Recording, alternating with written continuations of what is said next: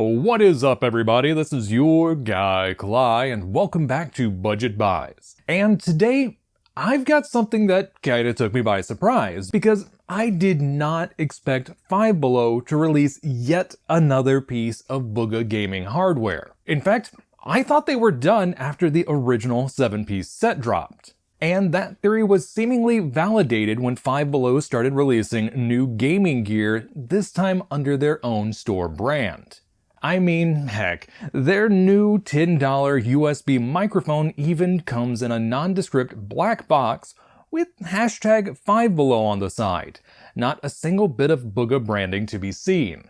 But that theory's kind of been derailed thanks to what we have here, which is the Bugha one-handed LED gaming keyboard, also known as a half keyboard. Now, it does say compatible with PC on the box, but I'm gonna go ahead and say this is probably going to be compatible with pretty much anything that you can plug a USB keyboard into. Especially since, unlike with similar looking products from Logitech and Razer, this is pretty much just a standard keyboard minus most of the keys that you're not going to need while gaming. Whereas the Logitech and Razer products need their own proprietary drivers due to the fact that the keys don't correspond to standard inputs and are instead custom programmable. Just keep in mind that you don't have arrow keys on this thing, so certain functionality is not going to be there. Now, on the back of the box, it talks about the features, which include anti-ghosting keys, ergonomic design, a USB connector, 3 RGB lighting modes, and laser cut keys.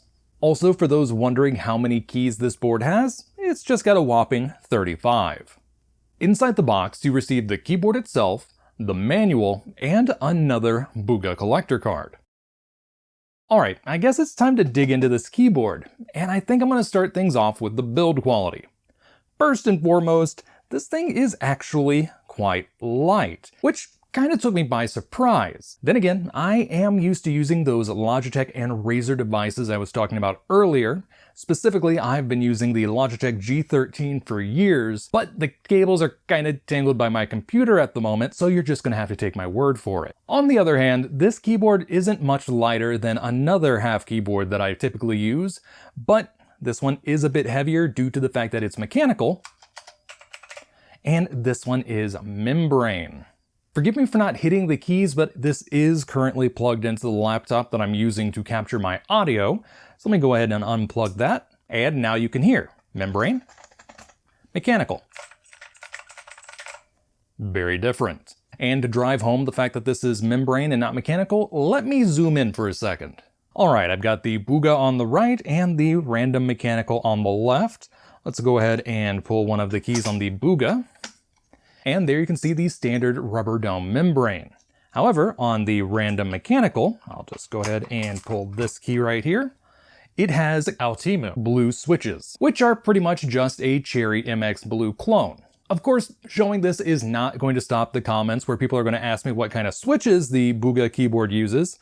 I mean, that happened last time. Next up, let's talk about the LED effect. But to do that, I need to turn off my recording lights because the LED effect has actually been on this entire time. And there you go.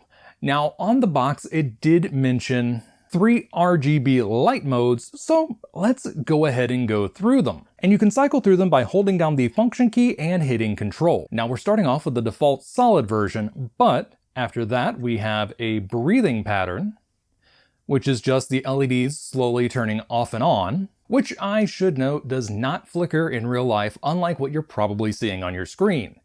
You get to thank my camera's shutter speed for that effect. Next up, we have a flash, which, if I'm going to be perfectly honest, is kind of distracting for me.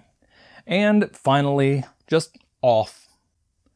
And back to solid. Now, if you're wondering if the actual colors of the LEDs can shift around, I'm sad to say that they can't. What you see is what you get. Oh, and back on the topic of a breathing mode, one thing I failed to mention in my review of the full-size Bugha keyboard is the fact that you can hold down the function key and hit the light key, and that keyboard will also breathe.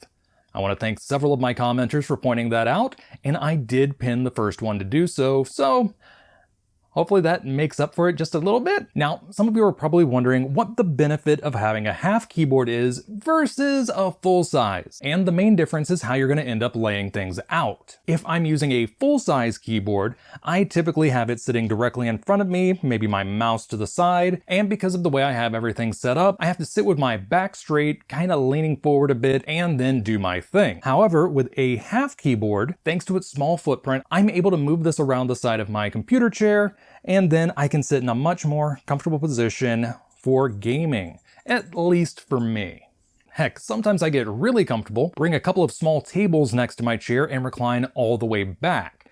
And that's not really something I could do with a full-size keyboard. Well, at least not without throwing the stability of the keyboard out the window. Also, I found a half keyboard to be ideal for gaming on a laptop, especially if I'm sitting on something like a couch or a bed, because I can have the laptop a little bit away from me and then set the half keyboard right next to my leg. So at the end of the day, while this may not make you a better gamer, it will probably make you a more comfortable gamer. And because of that, I definitely think this is going to be a decent grab for just $10, especially since I really haven't seen any half keyboards in that price range. Most of the ones I found online start at $15. And speaking of, let's talk about the Bugha gear and online sales, because I'm not just finding this stuff on Five Below's website, I'm also finding it on Amazon for a ridiculous markup. There are sellers out there charging like $25 for the Bugha mouse and the related accessories, and that's just kinda shady. Heck, even if you can't find these items in stores and you have to resort to buying online,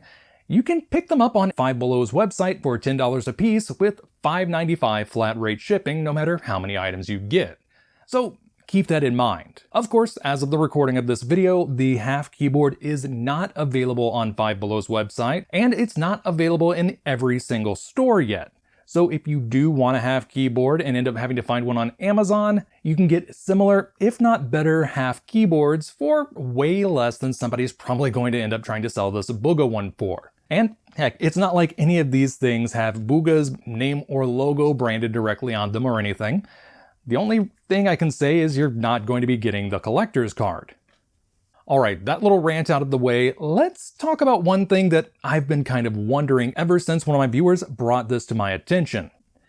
I want to know if this is going to be a one-off, or if this is just the first item in the second Bugha gaming hardware series. Because there are quite a few different things that I would love to see Five Below get in, whether or not they're going to be under the Bugha banner. Now, of course, this collector's card doesn't give me any clues due to the fact that it's not number 1 of X. Unlike with the first run, where each individual card is numbered whatever number it is in the series of 7.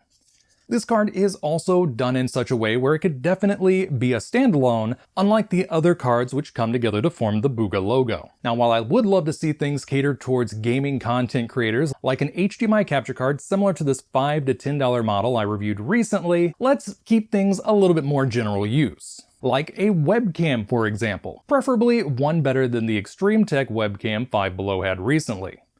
Yes, I know it's a $10 webcam, but you could probably do better than a 640 by 480 manual focus camera.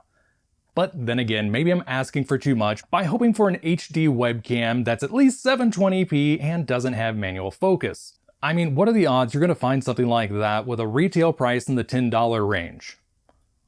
Oh wait. Then there are other accessories like maybe a USB or Bluetooth game controller, one of those little mouse cable managers that keeps it up and out of the way, or maybe yet another gaming keyboard. I mean, heck, they have a full-size Bugha board, a half-size Bugha board, why not a 60% Bugha board? Yes, this little 60-key keyboard is mechanical, I will probably be reviewing this in a future video, but I have seen these in membrane as well, so they could probably get away with charging $10 for one. And I would be willing to review each and every one of those if they come to fruition. The one Bugha product that I'm probably not going to be reviewing is the Bugha t-shirt that I recently found on the Five Below website, but haven't seen in stores yet. Though admittedly, if it comes with a collector's card, I might do it just because I've gotten everything else so far and my completionist tendencies are kind of starting to kick in. Just know that if any of those products do come out, and this video has done as well as my previous Bugha videos, Maybe they got the idea from me. I wonder if I could ask for a consulting fee. Okay, all jokes out of the way, I think I should go ahead and wrap things up. So, until next time, this is your guy, Kalai, signing off.